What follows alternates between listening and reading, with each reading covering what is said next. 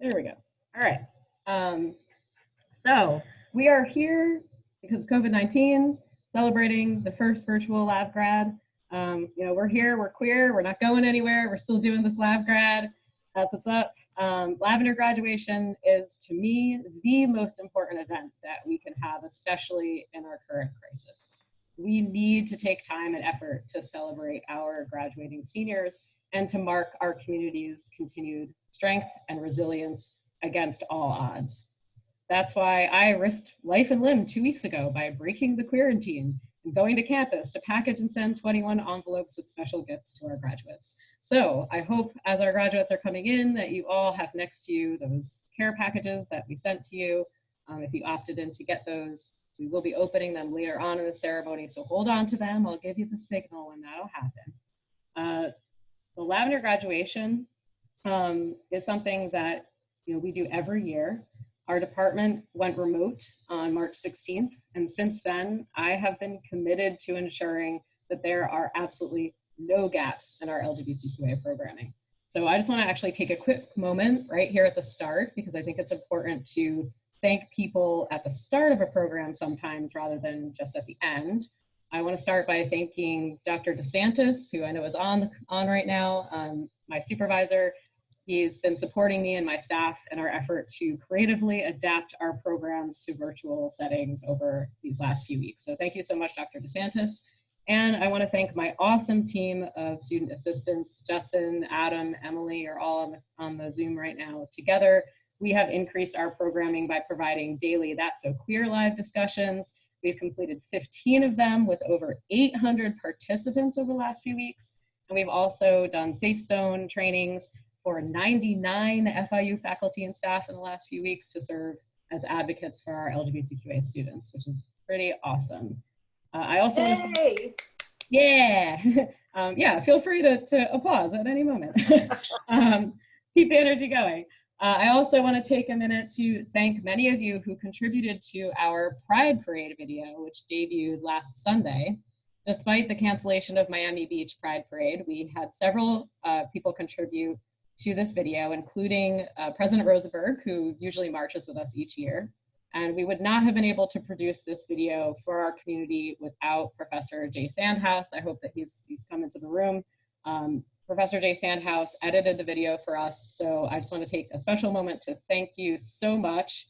And I want to take a minute now, since we're all celebrating our graduates, and we're celebrating them, and this is kind of like a little reminder why pride and celebrating identity in our community is just so incredibly important. So I'm going to play the video for you right now.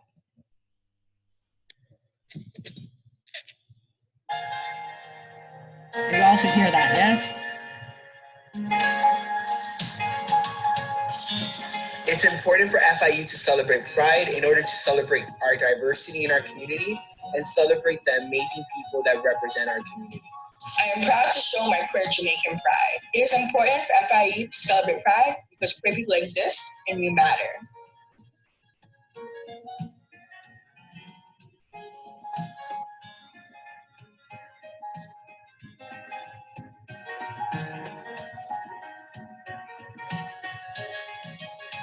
It is important for FIU to celebrate Pride because we need to show everyone that here at FIU, we choose pride and love over hate and discrimination. We choose pride and love over societal stigma and indifference. I'm proud to celebrate my queer Hispanic pride. It is important for FIU to celebrate Pride because all Panthers should feel celebrated and supported.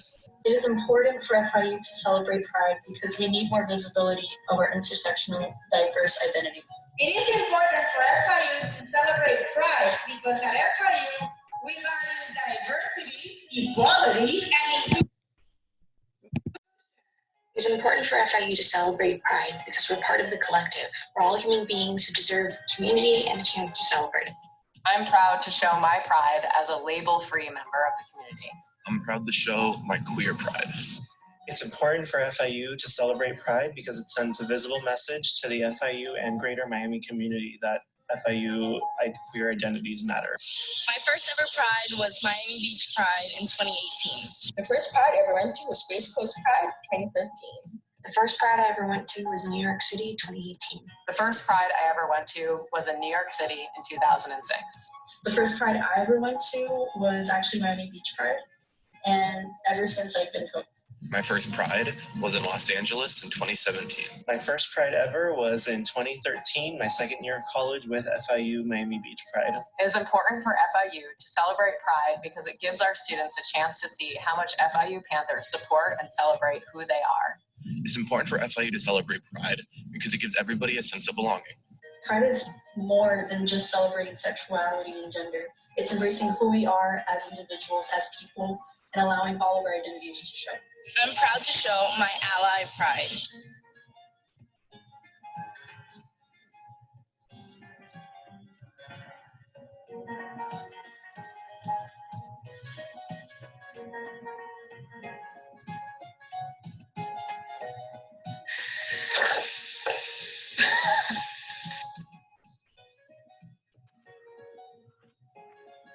Hola, mi nombre es Amelia León. Mis pronombres son él, ella y ella. Tengo mucho orgullo en exhibir mi identidad latina, bisexual, poliamorosa, intersexual y transgénero.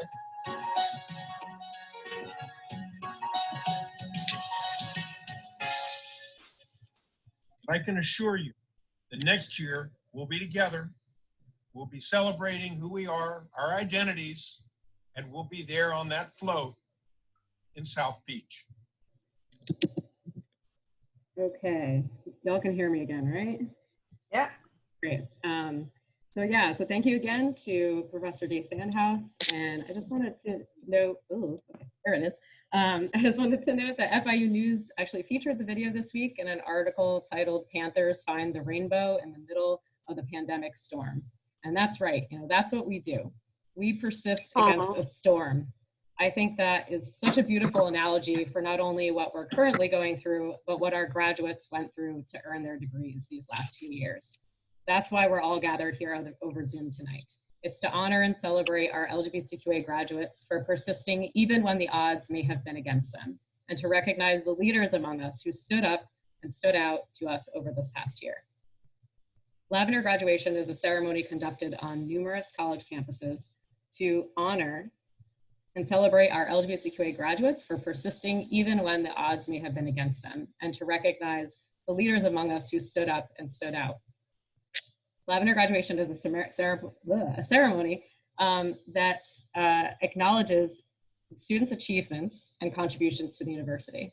And the Lavender graduation ceremony was created by Dr. Ronni Sanlo, a Jewish lesbian who was denied the opportunity to attend the graduations of her biological children because of her sexual identity. It was through this experience that she came to understand the pain and isolation felt by her students. Encouraged by the Dean of Students at the University of Michigan, Dr. Sanlo held the first Lavender graduation ceremony in 1995, and indeed this year marks 25 years of Lavender graduation celebrations. That one ceremony at the University of Michigan in 1995 honored 3 students, while today there are more than 500 Lavender graduation ceremonies at colleges and universities nationwide. You see, Lavender graduation was created to uplift our community, to shine light on the outstanding accomplishments of our graduates who complete their degrees. And while it's a bittersweet Erica, occasion, freeze. Yeah, I think did I freeze? Uh-oh. Oh, Erica. Am I back? Am I you're back?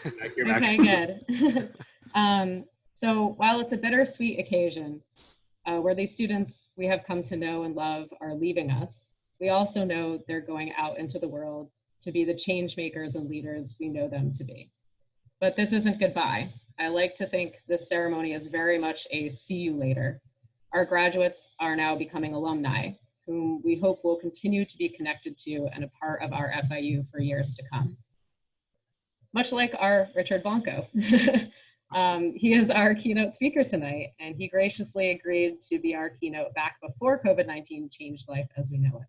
And he did not back out since then, because like our students, he persists. And he has a speech prepared for you all tonight, but I first want to provide a few words about him.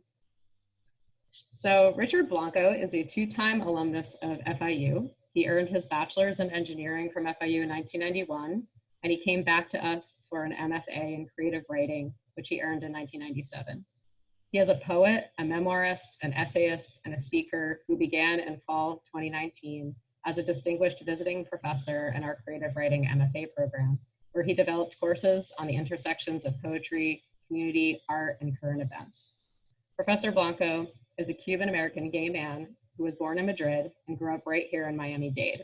In fact, he used to ride his bicycle around the FIU campus as a young boy. Little did he know, he would one day go here, teach here, and become famous for his work. In 2013, Professor Blanco was selected by President Obama as the 5th inaugural poet in US history, joining the ranks of such luminary poets as Robert Frost and Maya Angelou. He stands as the youngest first Latino, immigrant, and gay person to serve in this role. Since 2016, he has served on the Obama Foundation's Storytelling Committee. As a committed proponent of the civic role that poetry can fulfill in the public realm, Professor Blanco's work addresses socio-political matters that affect us collectively. His latest book of poems, How to Love a Country, both interrogates the American narrative, past and present, and celebrates the still unkept promise of its ideals.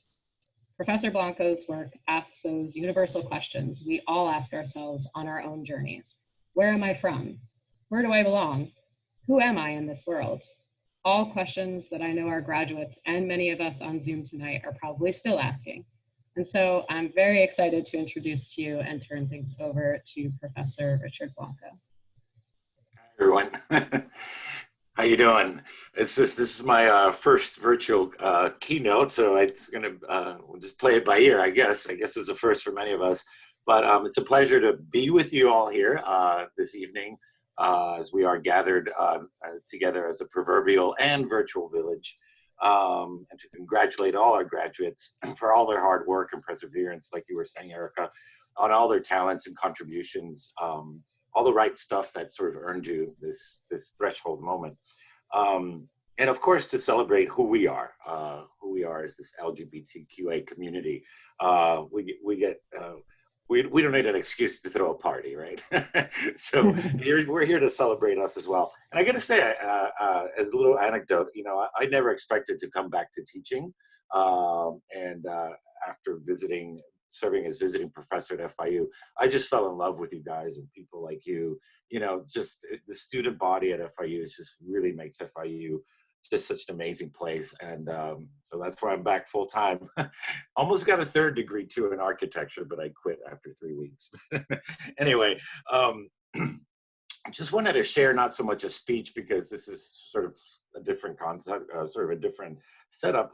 We want to share with you some of my work and some of my journey, and sort of something for us to sort of connect and bond over. You know, from where you sit or from where you're looking, it may seem, given all my relative success and awards and whatnot, my status sort of like as a role model of sorts, that, you know, that I've always had it all together. And the truth, nothing could be further than the truth. My life was no Disney World. It's still not a Disney World. I had a very bad day today. But anyway, you know, I've had to deal with many of the same fears and confusion and shame and all the rest that many of us connect with, and as well as triumphs and moments of joy, and we'll get to those too. And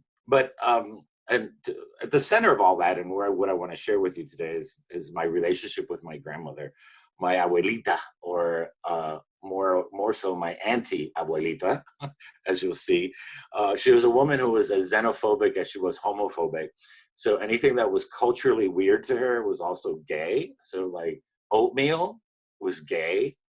The Brady Bunch was gay. So anything that was American was gay. So it was kind of a really weird, confusing childhood. But also, I think, you know, seeing so many faces, so many different diverse backgrounds. I also want to sort of point out that, you know, LGBTQA sort of isn't just this one, you know, this one acronym that covers everything. But within that acronym, there's so many more stories, right, that are culturally tied.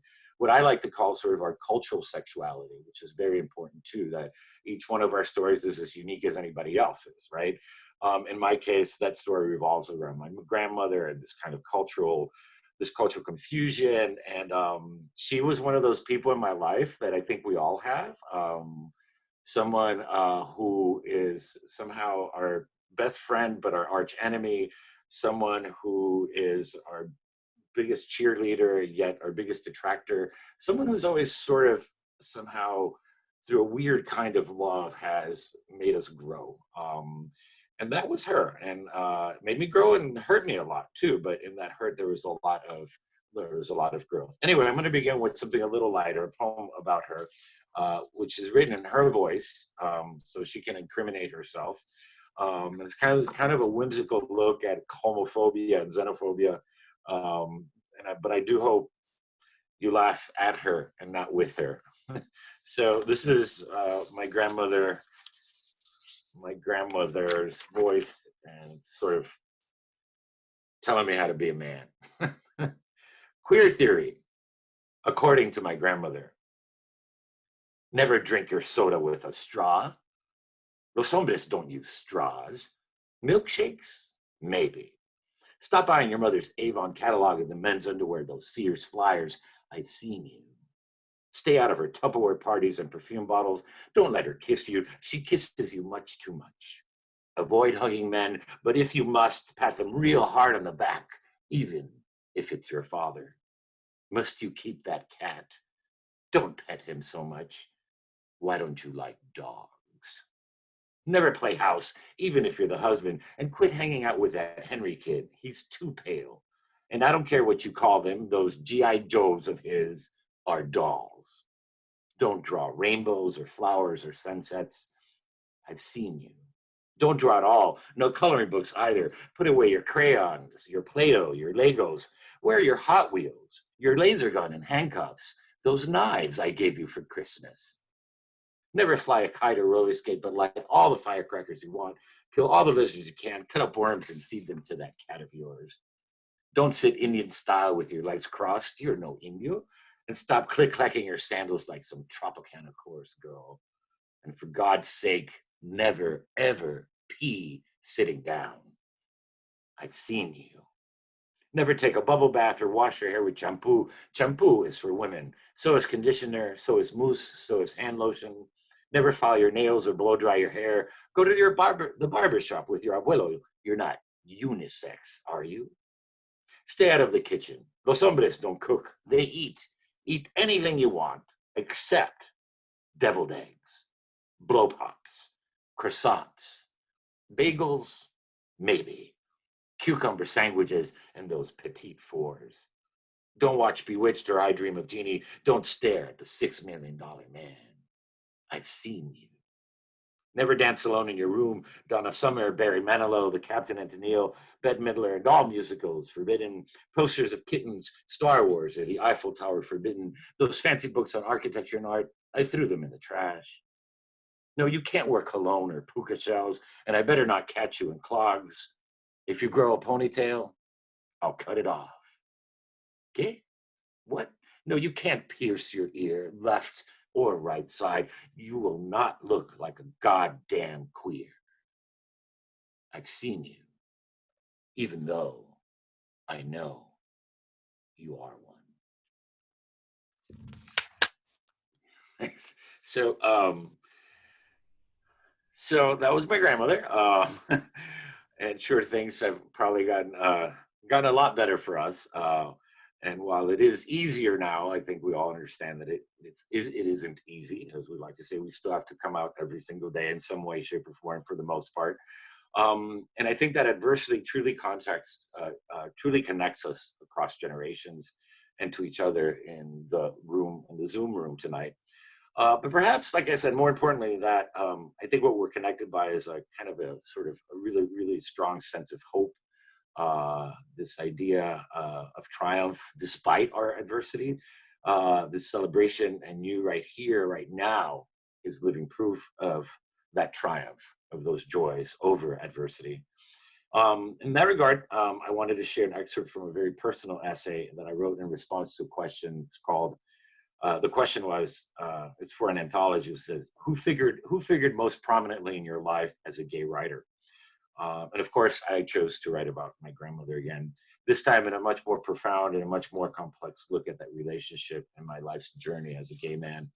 And So yeah, I'm gonna share this and then sort of chime back in on some of what we're trying to connect with today. It's called Making a Man Out of Me. I'm 6 or 7 years old. I'm riding back home with my grandfather and my Cuban grandmother from Tia Onelia's house, whose son, Juan Alberto, is effeminate. Un afeminado, my grandmother says with disgust. ¿Por qué? Why? He's so handsome. Where did his mother go wrong? She then turns to me in the back seat. I'd rather have a granddaughter who's a whore than a grandson who's a pato, a faggot like you. Understand? She scorns. I nod my head and mumble, yes, but no, I don't understand. Don't know what she means, really. Don't even know about sex yet. All I know is she's talking about me, and whatever I am is bad, very bad. 20-something years later, I discovered the extent of my grandmother's verbal and psychological abuse, which I had swept under my subconscious rug. Through the years and to this day, I continue unraveling how that abuse affected my personality, my relationships, and my writing. I'm 7. My grandmother tells me I eat wrong. Don't use a straw. Los hombres don't use straws. I look wrong. Dios mío, you're nothing but bones. That's why the boys push you around. Even a girl could beat you up. My friends are wrong. I'm not taking you that Riquito's house ever again. He's a mamacita's boy. I don't want you playing with him. I play wrong. Do you want to play with dolls? Is that what you want, señorita? You should be playing outside like un hombre. I speak wrong. Ay santo, you sound like una niña on the phone. When is your voice going to change? And I walk wrong too. Stop clacking your shoes, jiggling like a sissy. Por Dios, we're in public. At 31, I sit at a candlelit table across from a man who will be my husband. I tell him about my grandmother and the coping mechanisms I developed, how they led me to writing, becoming withdrawn and introverted. I grew to become an observer of the world instead of a participant. In order to survive emotionally, I learned to read my environment very carefully and then craft appropriate responses that would hopefully prevent abuse and ridicule from my grandmother. I explained to my husband to be that I am still that quiet, reserved boy whenever I am in a room full of people, trying to be as invisible as possible, but taking in every detail, sensory as well as emotional, that eventually surface in a poem. I've come to understand why writing and me became such a great fit. It allowed me to participate in the world, to feel alive while remaining an invulnerable observer, safe in my room, my desk, in my imagination, where no one could hurt me. At an early age, I came to believe that all love was conditional, like my grandmother's, who only loved me when I didn't strike out at Little League games, if I didn't swing my arms as I walked, if I sat still and behaved like the straight little boy she wanted me to turn me into. Consequently, I shut down my emotional communication with others. In my mind, no one could be trusted. I became afraid to love because no one could truly love a faggot like me. Not my father or mother, not my brother or my lovers. But writing allowed me to connect emotionally with others, albeit as a substitute for the real thing. In a poem, I could love from a safe distance, love virtually, say what I couldn't ordinarily say, make myself vulnerable. I'm 9, maybe 10, sitting on the family room sofa, sneaking a look through the Sears catalog again, pages and pages of men without shirts, men in briefs, men in boots. I run my fingers across their smooth chests and arms. It feels good. It feels terrible. That's what my grandmother means by faggot. I know that by then. She knows that I know and that I'm up to no good when she bursts into the room. Before I can stuff the catalog back into the magazine rack, she tears it from my hand, tosses it across the room and yells, "What's wrong with you?" I dash to my room. In tears, I tear out a page from my composition book and write, "I, Ricardo de Jesus Blanco, swear to never do what I did today, ever, ever again, or else." I sign and date it, seal it in an envelope and place it under my mattress. I'm 26, visiting Cuba for the first time. We're having lunch at Tia Elsa's house when I learn that her son Gilberto set himself on fire at 8 years old and died. I feel an instant kinship with this child, this boy I never met. In a flash, I remember what I meant, felt when I wrote, or else. That desperate feeling of wanting to end my life too, that deep entrenched sadness from my childhood, a sadness I've carried since then. At 41, I realized I've always written from that psychological point of view. I'm inspired by the melancholy I see mirrored in others, in the world, and ways we survive it. I strive to capture sadness and transform it through language into something meaningful and beautiful. Although throughout most of my writing career, I had never consciously written for or about the gay community, thematically, I feel I've unconsciously been a very gay writer all along, in the sense that I'm trying to make lemonade out of lemons, castles out of mud, beauty out of pain. I could have easily concluded that my grandmother was a mean, evil woman and left it at that. But in the end, I've realized her legacy was to unintentionally instill in me an understanding of the complexities of human behavior and emotions. Through her, I instead learned there are few absolutes when it comes to human relationships. People, myself included, are not always 100% good or 100% bad. They can't always say what they mean and don't always mean what they say. My grandmother loved me as best she could, the way she herself was, or perhaps was not loved. Her trying to make me a man was an odd, crude expression of that love, but it inadvertently made me the writer I am today. And for that, I feel oddly, weirdly thankful. I realized 14 years ago, while standing alone at her bedside at Coral Gables Hospital, she's drugged up, the tubes down her throat don't let her speak. She can't say terrible things to me anymore. Watching her, I flashed back through all the sound bites of her verbal abuse and started scribbling down a few lines for a poem. I'm 12. I'm 38. I'm 17. I'm 31. I'm a man. When she wakes up, opens her eyes wide for a moment, looks at me, squeezes my hand, then slips away, quietly, silently, without a single word, and I let her go. So part of why I wanted to share that piece again about the adversity, but also about the forgiveness, the things that our unique journeys bring us, that while our lives aren't easy and are filled with many struggles and adversity, that's exactly what makes us stronger. Those kinds of things make us more aware, more capable, more forgiving, more healing, more compassionate human beings, capable of ultimately of truly loving ourselves and others, capable of holding our heads up high with our hard-earned degrees in your virtual hands, ready to reach out and make a better world.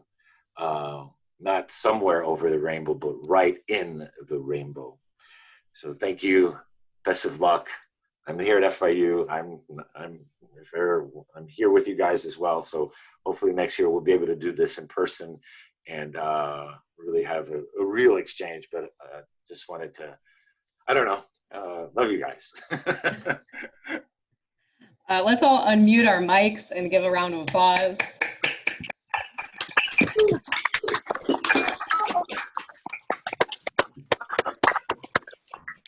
It is odd without the applause.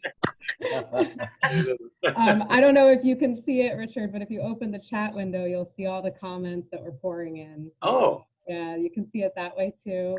But thank you so much for those profound words and your story and your passion behind the story. Yeah, I think that's really like profound for everybody in this room, and in particular for our graduates to reflect. Yeah, thank you. And I was like, I didn't want to be a downer, but I hope the sense of it's relatable. I think that's the bond. It's the bond we all have. That it's just this idea like we ask really big questions of ourselves at very young ages, and I think that's just something thank God in a way, right? We go through a lot of shit. But at the end of the day, you realize how special you are, and I hope you've realized that by now, by your graduation. But that's really ultimately what I wanted to share with you. That I think that's to leave you with as you go out into the world and come back to FIU. Right. Well, thank you. I got date night planned with. We're making fajitas. So. Oh, good. Yeah, go for it. But thank you for being here, for giving these words to our graduates and everybody here. We all really appreciate you. And yes, let's try again next year for an in-person round. Bye all. All right, thank you, Richard. Bye. All right, wow, that was great. So I'm going to move right along into our awards part of the event. So next up, we have our Mentorship Award. So we have recipients of our most active mentor-mentee pair. We did this last semester as well for our Winter Lavender graduation ceremony.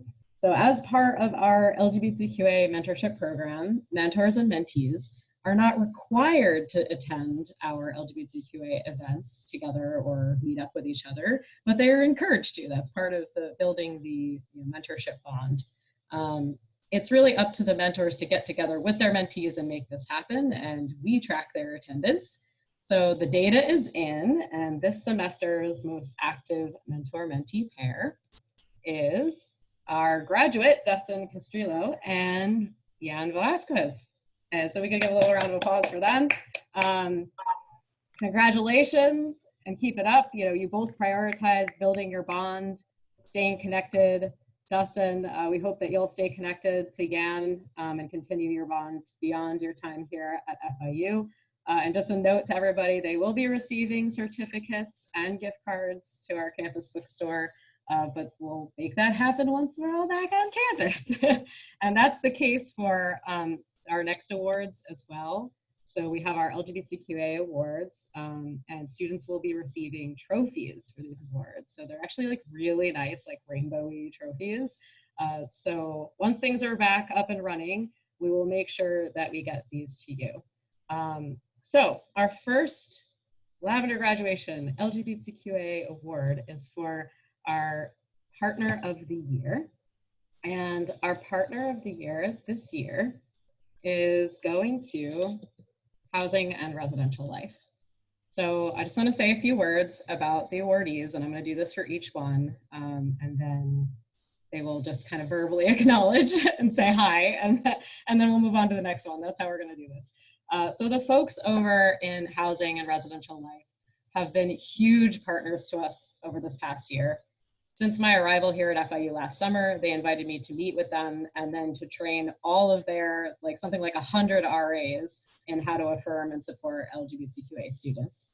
Since then, they continuously have demonstrated a commitment to supporting our community's needs. Their professional staff served on our World AIDS Day committee so that the block party in the quad was a great success.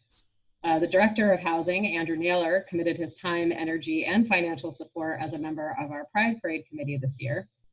And on a more somber note, they reached out to collaborate with us in the development of the memorial service for the tragic loss of FIU student and member of the LGBTQA community, Juan Morris, this semester. In recent weeks, housing has been incredibly mindful and accommodating of the unique needs surrounding our community in the midst of the pandemic. During a time of incredible confusion and distress, Andrew Naylor was a beacon of hope for our students in housing. He worked case by case with the ones I referred to him, and to ensure that they had a safe, comfortable place to stay on campus. And he worked with them individually when there really were no other options for them. Andrew and his staff worked tirelessly during our shift to work towards social distancing to support the most vulnerable among us and ensuring that they did not have to isolate themselves in a toxic environment back home. For this and all that they do to support our office and our students, Housing and Res Life are the recipients of the Partner of the Year Award. And I just want to personally thank Andrew Naylor and all of your staff for this, for all of this. I am really forever grateful, and I know that our students are too. Thank you.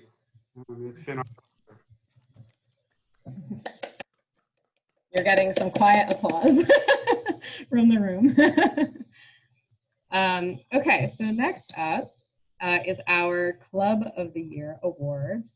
So I'm going to read off the description for each award now. I think I missed that on the last one, but this award recognizes the most outstanding club that demonstrates extraordinary leadership to ensure that all students and their school community feel safe and treated with respect, regardless of their sexual orientation or gender identity and gender expression.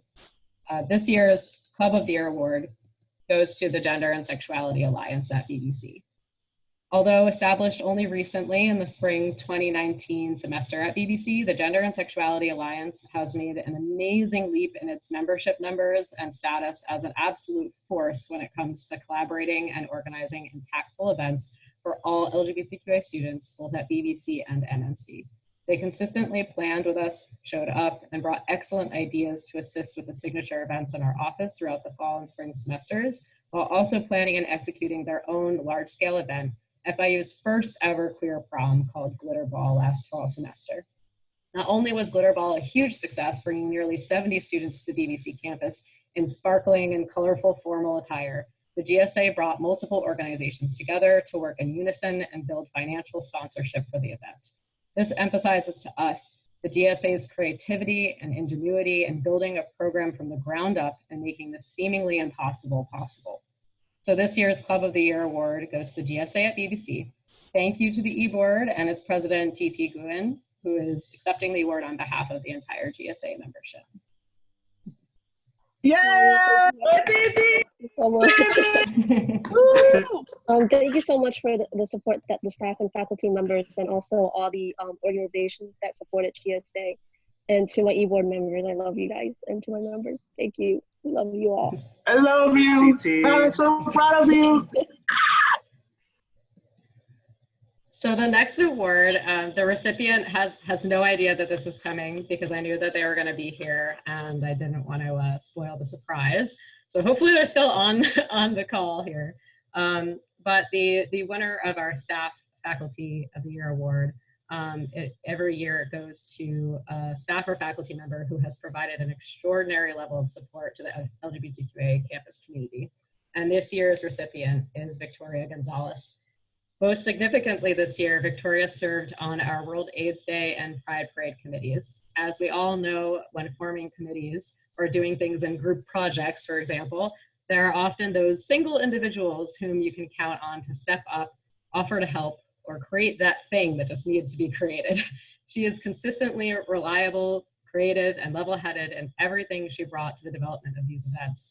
And as her nominator put it, Victoria goes above and beyond her role in the various committees she sits. She brings her creativity forward and in her role as health educator with the Healthy Living Program, helps bridge the gap between wellness and LGBTQA experiences. Let's give Victoria a round of applause. Go Victoria. Hey, thank you. I appreciate you guys. Thank you. Surprise. Love the hair, Victoria. Yeah, I know our students love you too. They know how hard you work for them. Okay, so next up is our LGBTQA Research of the Year Award, and this award honors a student for outstanding scholarly work in the field of LGBTQA studies. We had a couple of nominations this year, but without a doubt, we had the most nominations for Hector J. Figueroa. Hector is a graduate student in the FIU Robert Stempel School of Public Health's Health Promotion Program. Hector was a 2017 Global Health Study Abroad Research Fellow and HDCI Research Assistant prior to graduating with an undergraduate degree in psychology in December 2017. His honors thesis examined the Hijra, the trans people of India, and their perceptions of HIV and other sexual health outcomes. Hector was awarded a prestigious, probably the most prestigious award in the country, a Fulbright Fellowship, to continue this research, and completed his research in India during the summer 2019 semester. As a first-generation college student, Hector creates safe spaces for those that have lived in the shadows for a very long time. He contributes to the fight for equality and the acceptance of our global community through his research. Not only does Hector serve trans people internationally, but he also helps those in the US through his research and educational programs. Hector believes that the key to change in the world is the education of new generations and research studies that can make visible our LGBTQA diversity around the world.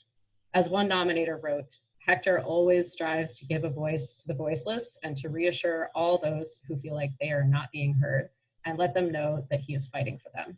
Hector embodies the idea that all individuals are inherently equal, and I could not think of an individual who is more deserving of this recognition. And we agreed. So Hector, congratulations on earning the LGBTQA Research of the Year Award. Thank you. Thank you. I appreciate it. I do try my best to, work with the community and educate new generations of who we are and how equal we are to anything and anyone and around the world. That's my goal, to educate new generations all over the world. Thank you. And I'm going to do a little plug because I just want to note that Hector is actually going to be speaking about his research this coming Thursday for our That's So Queer live discussion on our Instagram at 7 o'clock. So I hope that you will tune in and you can hear a lot more about Hector and his research. Thank you.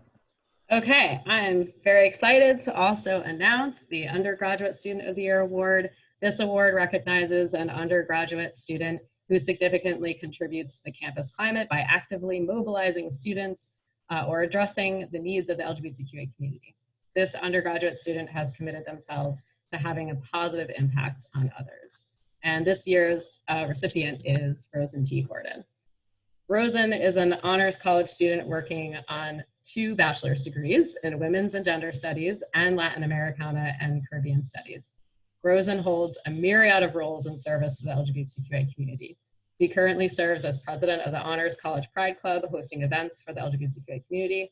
As the room manager of Pride Space, Rosen led an initiative to provide consistent, brave spaces for LGBTQA students to organize, study, and meet in different locations around campus. Off campus, Rosen serves as manager of the Rainbow Rights PAC, a student-led organization based in Miami, Florida, focused on the procurement of LGBTQA rights in public accommodations, housing, job security, and more, through advocacy and collaboration with key stakeholders in the community and in government. Rosen has incredible drive and passion when it comes to educating those around her about the LGBTQA community, with special attention to those in the community who tend to be less visible, like queer people of color, trans and non-binary people, queer people with disabilities, and others. As an affiliate of our office, Rosen put on their own event in honor of Black History Month titled Queer Black Experiences, and most recently organized our That's So Queer live discussion on lesbian visibility. What Rosen does so well is he identifies gaps and unfulfilled needs in the community and works towards filling them. And for this, Rosen has earned the Undergraduate Student of the Year Award. Oh my goodness, I really appreciate receiving the award. Thank you, Farah, for nominating me. I really love the community here at FIU, and I can't wait for the future. And I can't wait to hear from you in a few minutes too, because Rosen is actually going to be speaking a little bit about their platform as the newly elected president of the Pride Student Union, which is seeking to earn council status at FIU. So you will hear from Rosen in just a few minutes, but I have to grant the Graduate Student of the Year Award first. So the Graduate Student of the Year Award recognizes a graduate student who significantly contributes to the campus climate, also by actively organizing or mobilizing students and addressing the needs of the LGBTQA community. So similarly to the Undergraduate Research Award, the graduate student has committed themselves to having a positive impact on others. And this year, the award is going to someone who also is going to be surprised for, Laura Holscher. Laura is a graduate in our Master's in Higher Education program. In addition to being one of the graduating seniors we are honoring tonight, Laura is deserving of the Graduate Student of the Year Award because of her service in addressing the needs of our LGBTQA community as a mentor in our LGBTQA mentorship program, as a major contributor to our Safe Zone program, and for so many other things. For the Safe Zone program, she contributed to develop our new Safe Zone training program. That vocabulary list, Laura, oh my God, that's a big contribution that she made. She has served as a facilitator for our Safe Zone program, and she is currently helping to design our Safe Zone 201 program. She has also served on planning committees for many of our signature events at BBC, and she has worked hard to meet the needs of LGBTQA students on both BBC and MMC campuses through her e-board position with our Gender and Sexuality Alliance at the BBC. So Laura, thank you so much for your commitment to our LGBTQ students over this last year and even beyond that. I know that I'm really going to miss your help in the future. Oh, thank you so much. I wasn't expecting this at all. Like, I am really surprised, but thank you. I really appreciate it. I'm going to miss this office and this community especially so much after leaving FIU. So thank you all for making my grad experience a wonderful one. Thank you so much. You're welcome. You're amazing, Laura. You're amazing. We love you, Laura. We love you.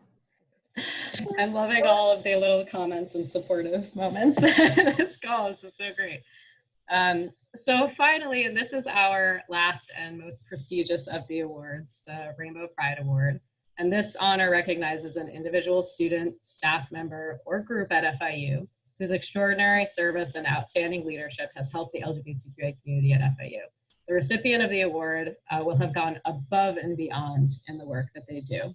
And this is also a little bit of a surprise for the person, but the recipient is Justin Santoli. Justin wasn't expecting this tonight. We kept it a surprise from him, so he's either really mad about it or in shock. I'm not sure which one. Regardless, he's deserving of this honor. And I'm gonna try not to get choked up because he's also graduating this semester and I'm gonna really, really miss him. But Justin has worked tirelessly since before my time here to single-handedly serve the LGBTQA community up at the BBC campus. I have to like take a minute. Coming into my role here, I had a lot to learn just about the MMC campus alone. So I quite literally said to him when I got here, you know way better than I do about the BBC needs right now, so just go for it. And he did. Justin has worked hard to mirror all of our programming at the MMC campus for the community at the BBC. He has formed and served as chair on all committees, encouraged and advised the GSA Student Club on the creation of the Glitter Ball, and led all Safe Zone trainings administered to BBC faculty and staff. I honestly could not have carried on programming on both campuses without Justin's commitment to the BBC students and perseverance in reaching them with the programming that they deserve and need. I wasn't gonna do this. I'm emo, I'm sorry, y'all. Not only this, but Justin has also straddled both campuses, hopping on the bus or zooming down to the MMC campus on a whim to assist in the implementation of our programming down here. I've asked much of Justin this year, and he has consistently met and exceeded my expectations. Even as he went through a difficult fall semester with the passing of his father, despite the challenges I gave him and the challenges life thrust his way, he consistently demonstrated to me his unwavering enthusiasm and his exuberant passion for this work. He never backed down from pushing our ideas forward, challenging me on my own limited thinking, for real, and always having placed students at the center of everything that we do. I'm constantly impressed by and motivated by Justin's commitment to education. He truly believes in the power of educating everyone on this campus to ensure the equity of success in our students. I can only hope that our next grad assistant is even half the assistant he has been. And whoever gets to have him, whichever department in Central Florida or wherever snatches him up, will thrive with him as part of their team. I cannot wait to see all he does in his very bright future. Justin, I am here for you always as you continue and grow as a professional and as we both continue to grow as friends. Thank you so much for this year. Oh, sorry. I was totally fine until you brought up my dad. So there, yeah, you had to bring me down. You had to bring me with you. But yeah, I mean, no secret. This year has been really challenging, and it's been really tough. So I really wouldn't have been able to get through it without such an awesome team and an awesome support from faculty and students, and really just kind of being my rock when I felt not grounded and struggling to get back on my feet. So I love, this is, I mean, what I love about this work, and I just love that being able to give back and help other people. So Oh God, too much. So thank you very much. I appreciate it. So another shameless plug, Justin has been working really hard all semester with the GSA at EBC to put on a Day of Silence event. And unfortunately, because of COVID-19, we kind of were like, oh no, the event is totally thwarted. But we are still gonna have the event on Monday. It's gonna be a virtual event, including a walk run, a live discussion, a virtual vow of silence. So I hope that you'll all check that out on our Instagram page to see how you can be a part of that. Oh, look at that. I had your photo up here and I missed it. But there it is. Look at okay. Next is our some comments on our Pride Student Union. I'm going to invite Adam to speak a little bit about the Pride Student Union right now. Cool. Hello, everybody. Thank you all so much for being here. We're at 62 people, 61, someone just left, I cursed it. We're at 61 people, which is really great. So I'm really happy that you can all be out here to join us tonight. So I'm very, very excited to have the honor of announcing our PSU Election Winners, which should appear on the screen right now. Once Erica hits the button. Yes. So a round of applause for all of them before I move forward a little bit. Cool. So I wanted to provide a little bit of historical background and context on the Pride Student Union. So about 2 years ago, the then president of the SGA and a few others, including myself, started developing a constitution for the creation of a PSU here at FIU. The goal behind the Pride Student Union would be to bring together the many different gender and sexuality related organizations at FIU to collaborate on and lead LGBTQA programs, events, and just be that source of advocacy for all of our students. And especially, this would also give our LGBTQA student population council status within CSO and a seat at the table in university-wide decisions that SGA makes. So in last fall, several students began voicing this need on campus for a space, essentially. And this space would be where LGBTQA students could come together to study, meet, and organize. So in kind of like collaboration with Erica's new vision to empower the students to take ownership of all of the LGBTQA events, we decided to resurrect this constitution and revamp everything that was happening. And so we put out a call for faculty, staff, and students to join this committee to work towards the goal of officially proposing a Pride Student Union as a council within SGA. This has taken a lot of time. We've been having essentially like bi-weekly meetings for the past year, and the work is going to continue throughout the entire summer. And so to be taken seriously, the Pride Student Union's inaugural e-board will be carefully advised throughout the upcoming year by Erica and whoever the new grads are. And then this Wednesday, we actually had our first election. Everyone who was present at that meeting had the eligibility to vote, and all the candidates ran unopposed, and they were all the expected winners.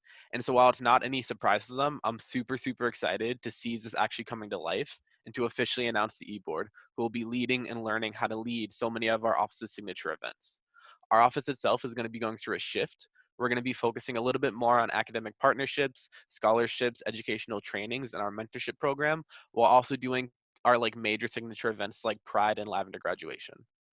And so with all that being said, I want to turn it over to Rosen, the first ever PSU president, who wants to tell you a little bit briefly about what ZER's platform is and vision for PSU.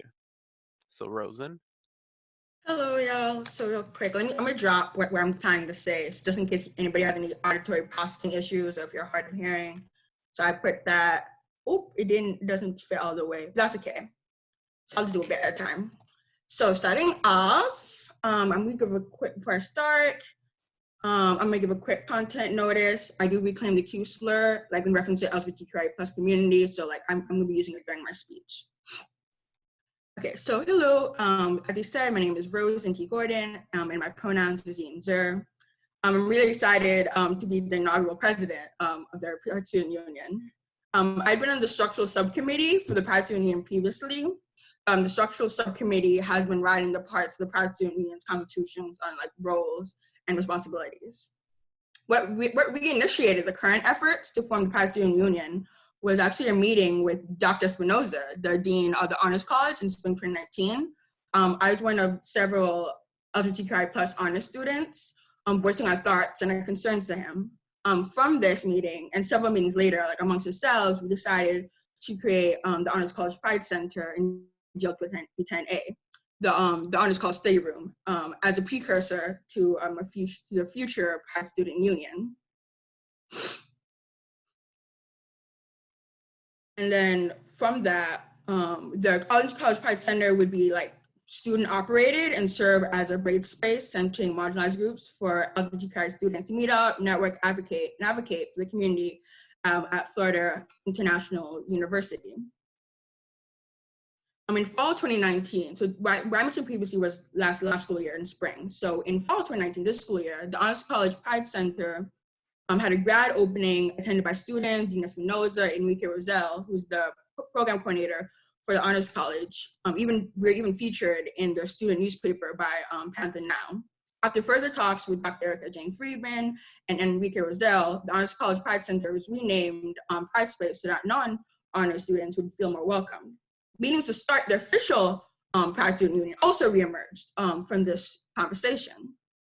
The Pride Student Union, once it's approved by the Student Government Association, will be a university-wide council modeled after organizations like the Black Student Union. We're not going to wait, though. This coming school year, the Pride Student Union will be taking over some of the signature events that were traditionally hosted by the LGBTQA Initiative Office, such as the Welcome Receptions and the Trans Day of Remembrance and Resilience. What is the Pride Student Union, you may be asking yourself? Well, the Pride Student Union will be an overarching body that connects the various LGBTQI+ student organizations on campus. And the Pride Student Union will be inclusive of both the Modesto A Medique campus and the Biscayne Bay campus. A major goal of mine is for the Pride Student Union to represent, support, and offer a platform for multiply marginalized communities, namely queer people of color, queer people with disabilities, and queer, deaf, and hard of hearing people. Like one initiative I want to start is LGBTQIA+ specific housing. It likely will not be implemented for the next school year, but at least we can start the talks with the SJ Housing Center and the Housing Residential Live. So like if you ever have any ideas for the Pride Student Union, feel free to talk to me or any of the e-board on the screen or even the general board. And I really hope to see y'all at the next school year's events. Awesome. Thank you so much, Rosen, for your comments. I'm really excited for your platform and the contributions of the whole e-board next semester, and to work with y'all and give you lots of guidance on how to make this a sustainable and successful council at FIU. That's really the goal. So I would like to now invite Gabby Mejia to present the Turner Pride Scholarship recipient. This is a new relationship that we've established with Turner Construction Company and a new scholarship. So this is the first time we're ever doing this. If Gabby can pop on right now, are you able to, Gabby? Is Gabby still on the phone? You might have to unmute yourself. Hi, do you guys hear me? There we go. Thumbs up, people hear me? Yeah, okay. You're good. Awesome. Awesome, thank you. First of all, thank you so much for letting me join this ceremony. With everything going on right now, it is truly so lovely to just take a moment and acknowledge all of the hard work you guys have put in during your time at FIU, what you've accomplished, the struggles you've overcome, and certainly to just celebrate your identity as LGBTQ students. And like Erica was mentioning, my name is Gabrielle. I work in human resources at the Miami office of Turner Construction. And at Turner, we really encourage employees to connect to each other and to the local community through our employee resource groups. So when our Employee Pride Alliance group started to think about creating a local community partnership, it really started to seem like FIU would be a great fit, particularly because we recruit more engineering students from FIU than from any other local university. So with that in mind, and with the intent of encouraging more diversity in the engineering field, we have partnered with LGBTQA Initiatives at FIU to create this scholarship for LGBTQA students who are studying either engineering or construction management. And like Erica mentioned, this is the first ever scholarship or the inaugural scholarship. And I'm really excited to be able to announce the recipient, someone who I feel really exemplifies the Turner core values of teamwork, integrity, and commitment.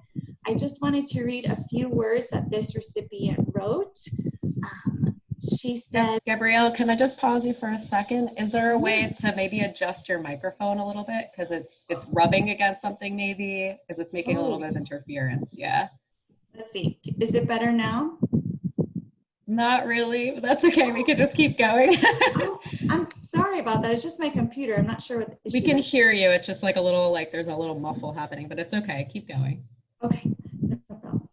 So in her words, she says, diversity is important to me, not just for myself, but also so that other people are inspired and that younger people are able to see someone that looks like them doing great things and pushing themselves to be more because they know it can be done. So congratulations to our first ever Turner Pride Scholarship recipient, Deborah Powers Dyer. We are so excited to be able to present this to you, and we really want to just affirm the importance of your presence in the engineering community. Thank you, Gabrielle. I'd like to thank Turner Construction Scholarship Committee, as well as Empaths for giving me this opportunity. I didn't know that I was the first inaugural scholarship recipient. That just makes it that much more amazing. But I would like to thank y'all for going out of your way to like create these scholarships for people who are typically overlooked. So thank y'all. Thank you. Thank you so much, Gabrielle, and thank you, Deborah. Congratulations, Deborah. So we're now going to present the winners of the 2020 Out and Proud Scholarship. This scholarship is generously donated by the Proud Professionals Network of DC. This is a group of LGBTQ professionals focused on professional development, social networking, community engagement, activism, and philanthropy. They offer seminars and workshops to develop current and future LGBTQ leaders, mentor and support LGBTQ youth, promote LGBTQ entrepreneurs, provide opportunities for individuals to build networks and social connections, and focus on programming for minorities and underserved populations. The purpose of the Out and Proud Scholarship is to recognize and support commendable LGBTQ students at FIU. This scholarship is awarded annually to students who demonstrate academic excellence, leadership skills, and community involvement. Students receiving the award must attend Lavender graduation ceremonies held each semester. They must become part of the LGBTQA mentorship program at FIU if they aren't already. They have to become involved in the Pride Student Union if they aren't already involved. And they have to be recognized as the recipient at LavGrad and in LGBTQA newsletters and on social media. And this year's Out and Proud Scholarship recipients of $1,000 each for the 2020-2021 academic year are Titi Nguyen and Anna Valcarcel.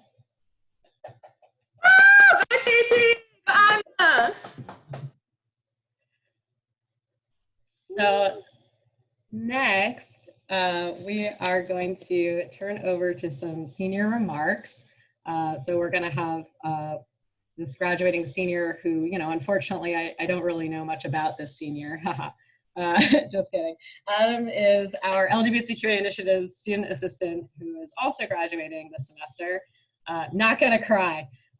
It was actually funny. I was trying to think of who would be a great speaker to give senior remarks for this year's LavGrad. Those on the LavGrad committee may remember a few weeks ago when I was like, who should we pick? And I feel a little idiotic that I took even more, like less than a minute to realize that Adam was the obvious choice. And so Adam, bring us to our recognition of the graduates. Hi, everyone. Thank you, Erica. For those of you who don't know me, I don't I don't do a lot of emotion-y stuff a lot, so just bear with me. But yeah, I also again just want to take a quick moment just to recognize again all of our award winners, whether with the mentorship programs through our Lavender Awards or our scholarship recipients. These awards are the cultivation of individuals' effort and achievements throughout the entire year, and I'm so glad that we can all honor you in this way, even though a bit virtually.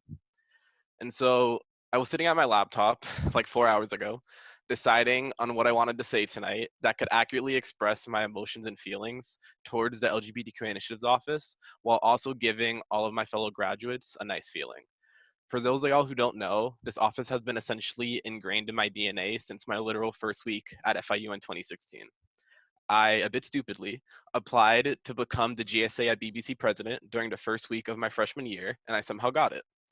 Somehow meaning that no one else ran against me, obviously. But this put me in a very unique situation as a little queer who was existing openly in the world for the first time, where I could express myself while simultaneously being given a platform and being told to advocate for others. I won't lie and say I was a good president, because as most of you know, until the magnificent TT came along, GSA was on its last limbs. But what that position did really show me was that I had a passion for something I had never really thought about, engaging in activism and just helping other people. My journey through the office has been really rough at times, but it is also something I will never change for the world. From going to FCPC and somehow, emphasis again on somehow, becoming the state director for an organization, to somehow pulling off a semester of programming while fighting almost everyone with Bianca and Justin, my journey in this office has been full of so many fond memories. I also need to give a really quick shout out specifically to Erica, Justin, Dr. DeSantis, and Bianca. I'm not going to get all sappy because that'll happen when I leave officially, but I just need y'all to know that I really appreciate you. In the weeks leading up to tonight, as everybody has been kind of congratulating me in one sense or another about graduating, I kept getting these remarks about the real world, which have always thrown me for a loop. The real world's not ready for you yet. Good luck out there in the real world. And honestly, I think it's utter bullshit. As queer and trans people, we have been in the real world since day one. Whether from trying to articulate what our identity is due to the cisnormative and heteronormative society that we live in, to being forced to make tough decisions from such a young age about whether to come out or not, to the homophobia and transphobia that some of us face, we've been living in the real world for such a long time. The real world can be rough sometimes, especially when you take into account all of the different intersections of our identities, but at the end of the day, you're on this call right now because you've made it here. Despite all of the barriers that systematically try and hold queer and trans people back from graduating, which is a nuance of this real world mentality itself, we're all graduating together. We are just some of the most prepared people for this real world because for most of us, we've been living in it our entire lives.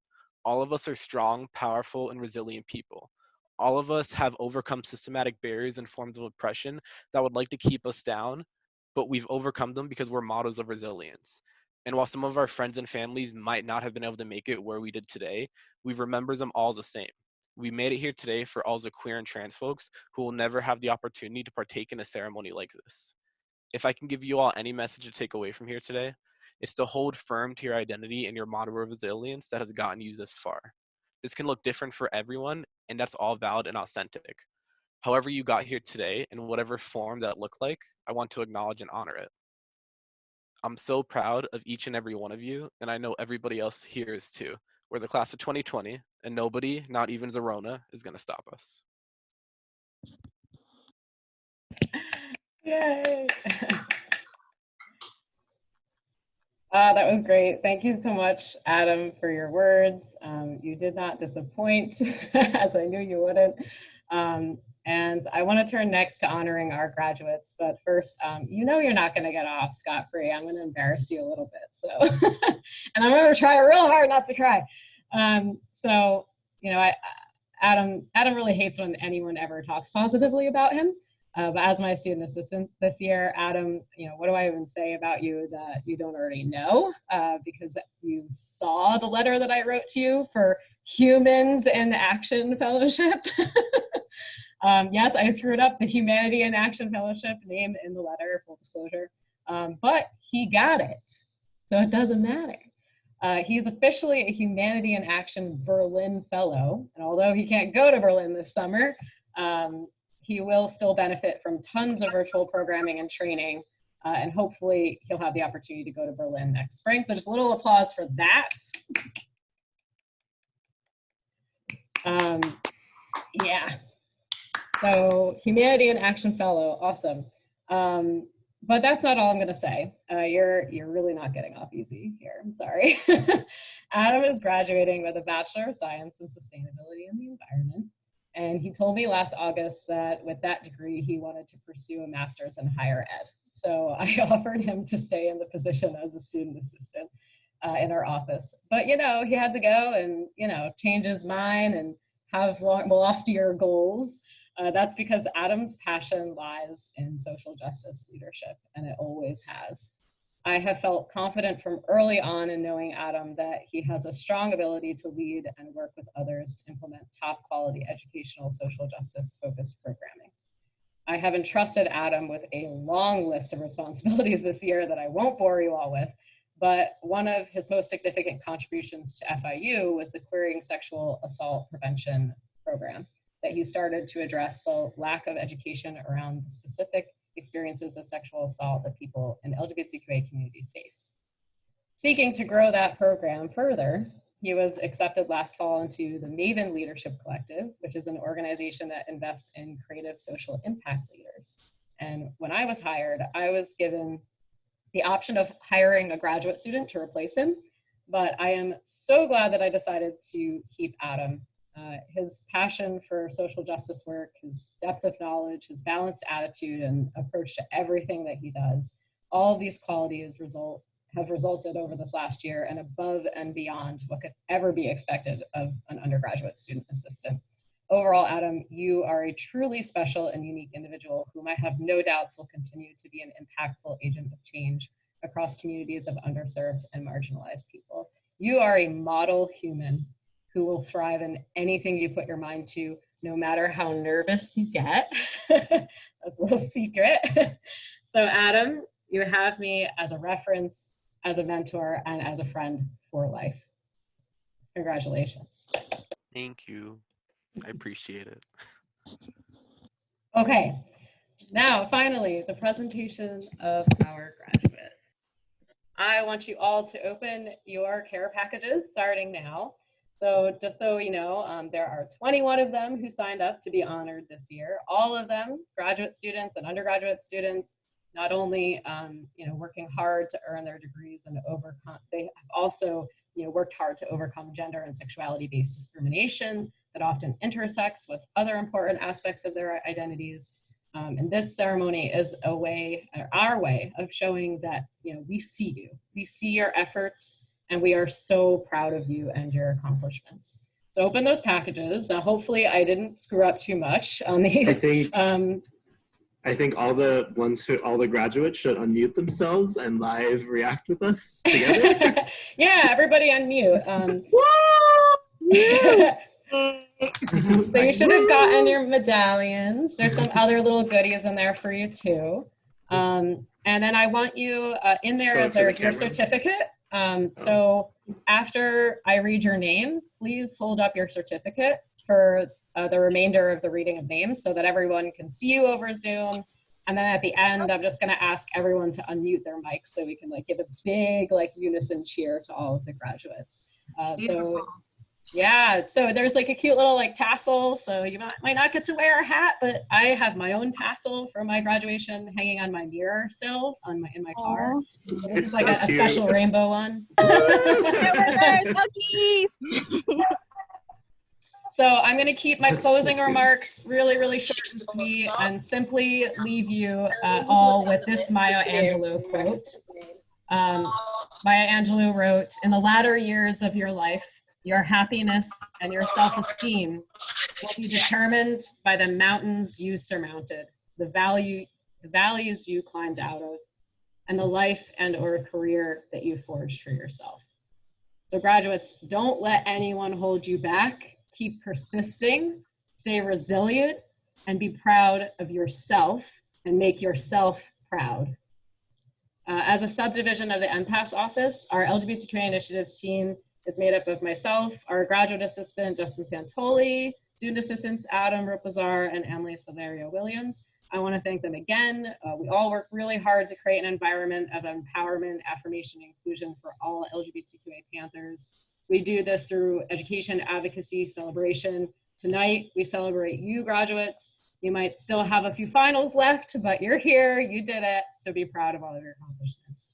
Thank you all for tuning in tonight. Keep celebrating as much as you can from home. We love you, and stay connected to us in the future. Bye, everybody. Thank you. Bye. Congratulations, everybody.